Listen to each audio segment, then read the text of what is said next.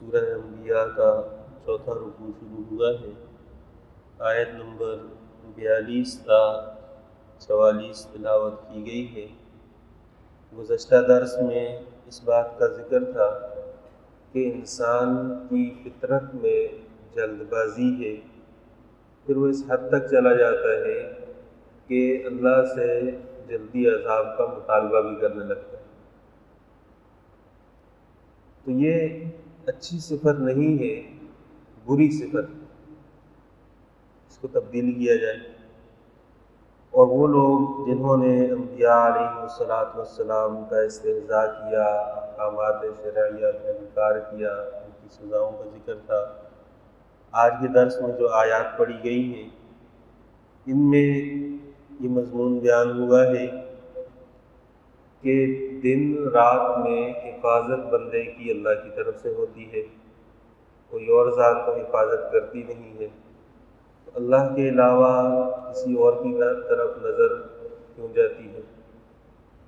دوسرا مضمون یہ بیان ہوا ہے کہ اللہ کے علاوہ کوئی ایسا معبود نہیں ہے کہ جو کسی کی مدد کر سکے، یا اللہ نے اس کو کوئی سند دے دی ہو اور اس کو کہا ہو کہ آپ ہماری طرف سے نائب کے طور پر کام کریں، ایسا نہیں ہے۔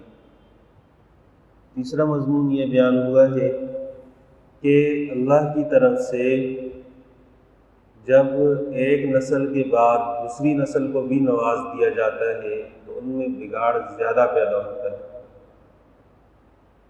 وہ نافرمانی زیادہ کرتے ہیں۔ پہلی نسل وہ کچھ برے حالات بھی دیکھ لیتی ہے، تنگی کے حالات بھی دیکھ لیتی ہے، پھر اس کے بعد اللہ اس کو نواز دیتا ہے تو ان کو پچھلے دن کچھ نہ کچھ یاد رہتے ہیں۔ لیکن وہ نسل جو خوشحالی میں پروان چڑھتی ہے اس کے بگاڑ کے امکانات زیادہ ہوتے ہیں، اس لیے ان کی طرف توجہ بھی زیادہ رکھی جائے۔ آپ حضرات الفاظ کا ترجمہ دیکھ لیں۔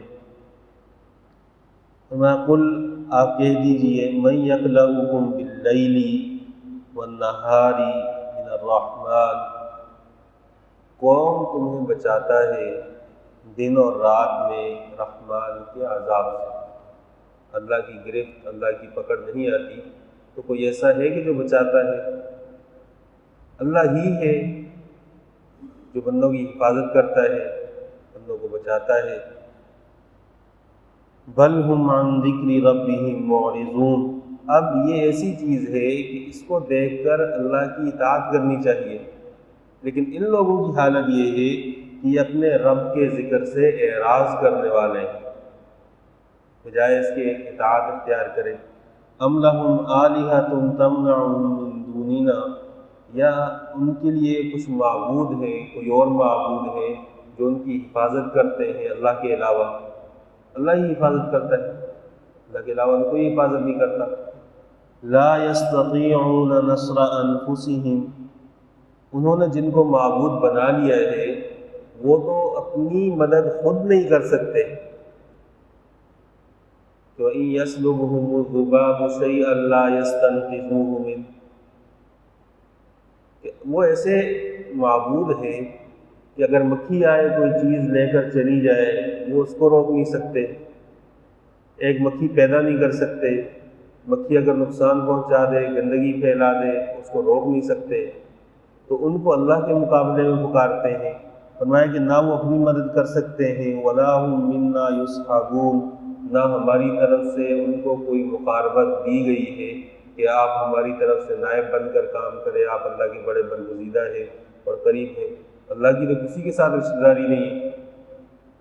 جو تقوی اختیار کرے گا، اطاعت کرے گا، وہ اللہ کے قریب ہے، جو نافرمانی کرے گا وہ اللہ تعالیٰ سے دور ہے۔ بل متعنا ہؤلاء وآباءهم، اصل بات یہ ہے کہ متعنا ہؤلاء وآباءهم، ہم نے ان کو اور ان کے آباء و اجداد کو نفع پہنچایا دنیاوی زندگی میں، حتی طال علیہم العمر، یہاں تک کہ ان کی زندگی لمبی ہو گئی، طویل ہو گئی، خوشحالی بھی تھی، فراوانی بھی تھی، عمر بھی زیادہ ملی، ہر اعتبار سے نعمتوں سے نوازے گئے۔ تو اس کی وجہ سے ان کے اندر بگاڑ پیدا ہو گیا ہے کہ اللہ کی طرف سے بعض دفعہ انسان کو جو نعمتیں ملتی ہیں ان نعمتوں کی وجہ سے بندہ اللہ کی ناشکری کرنے لگ جاتا ہے، ان نعمتوں کی قدر نہیں کر سکتا، جو ان کا حق ہے وہ حق ادا نہیں کر سکتا۔ اگر اللہ نے کسی کو نوازا ہے اور اس کے پاس وقت بھی فارغ ہے تو اس کی کوشش ہو کہ وہ اطاعت میں صرف کرے، جبکہ اس فارغ وقت کو وہ گناہوں کے لیے مختص کر دیتا ہے۔ کہ اللہ نے مالی طور پر فراوانی دی ہے، صحت بھی دی ہے، اب اس کا تقاضا یہ ہے کہ دین کے لیے اپنے آپ کو وقف کرے، اور یہ پورے سال پروگرام بنا کر بیٹھتا ہے کہ یہ مہینے گزریں گے اور سال کے 12 مہینوں میں سے یہ مہینہ میں نے جا کے دبئی میں اور سنگاپور میں اور فلاں فلاں ملکوں میں عیاشی کرنی اور بینکاک میں میرا یہ وقت گزرے گا، تو یہ اللہ کی نافرمانی اور یہ نعمت کی ناقدری ہے۔ تو کفار یہ سمجھتے تھے کہ شاید ہم بہت طاقت والے قوت والے لوگ ہیں اور ہم مسلمانوں پر غالب آ جائیں گے، فرمایا ایسا نہیں ہے۔ اللہ آہستہ آہستہ بندے کو پکڑنا شروع کر دیتے ہیں لیکن اس کو سمجھ نہیں آتی۔ افلا يرون انا ناتي الارض ننقصها من اطرافها، کفار کی ایک مثال دی ہے کہ کیا یہ دیکھتے نہیں ہیں کہ ہم آتے ہیں زمین کو میں ننقصها من اطرافها، کہ ہم اس کو گھٹاتے گھٹاتے اس کے اطراف سے اب زمین کو تنگ کرتے جا رہے ہیں ان کے لیے، کہ فتوحات کا سلسلہ مسلمانوں کا بڑھتا جا رہا ہے اور زمین ان کے لیے تنگ ہوتی جا رہی ہے، مسلمانوں کے پاس زیادہ آتی جا رہی ہے۔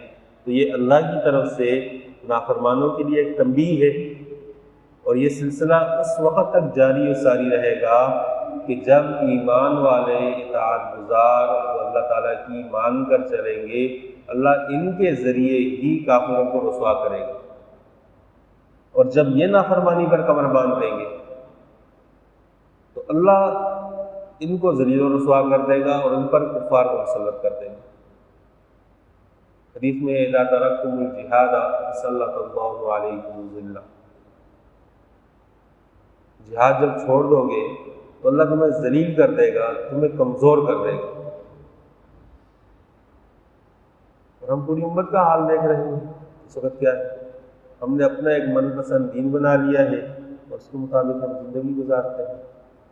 وہ چیزیں جو ترقی کا اور شان و شوکت کا ذریعہ تھی ان کو پس پش ڈالا ہوا ہے۔ یہ جو اقوام ہیں کفار کی، ان کو بالکل اس غرض سے ان چیزوں سے کوئی نقصان نہیں کہ یہ عبادت کیوں کر رہے ہیں، یہ ایسا کیوں کر رہے ہیں۔ ان کو جب بھی تکلیف ہوگی اس چیز سے ہوگی کہ یہ لوگ پیغمبر صلی اللہ علیہ وسلم کی طرز کی ایک ریاست کے لیے مطالبہ شروع کر دیں تو پھر وہاں پریشانی ان کو شروع ہو جائے گی کہ اب یہ معاملہ بگاڑ کی طرف جا رہا ہے۔ ویسے یہ چھوٹی چھوٹی چیزوں پر نہیں الجھتے، لیکن جہاں معاملہ خلافت کا آ جائے اور پیغمبر صلی اللہ علیہ وسلم کی طرز کا ایک نمونہ اور حکومت وہ لوگوں کے سامنے جب رکھ دی جائے تو فوراً معاملات بگڑیں گے۔ تو جب مسلمان نافرمان ہوں گے تو ذلت ان کے مقدر میں ہوگی، جب اللہ کی مان کر چلیں گے تو کفار کے مقدر میں ذلت ہوگی۔ یہ قرآن نے صاف لفظوں میں ایک فیصلہ بتا دیا ہے۔ افہم الغالبون، کیا اب یہ ان پر غالب آئیں گے؟ قرآن نے سوال کیا ہے کہ کافر مسلمانوں پر غالب آئیں گے، ایسا ہوگا؟ ایسا نہیں ہو سکتا۔ ہاں، مسلمان جب کافروں والی حرکتیں شروع کر دے تو پھر اس کے بعد کافر غالب آ جائیں گے۔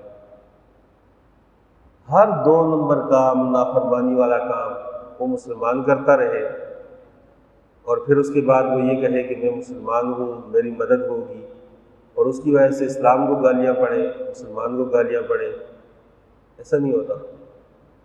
جب اطاعت گزاری شروع کرے گا، اللہ کی مان کر چلے گا، اللہ اس کو غلبہ بھی دیں گے، عزت بھی دیں گے، شان و شوکت سے بھی رکھیں گے، اور دنیا میں اس کا ایک وقار بھی ہوگا۔ جہاں دنیا کو ترجیح دے گا، دین کو پس پش ڈالے گا، وہاں ذلت کی ابتدا ہوگی اور ذلت بڑھتی چلی جائے گی۔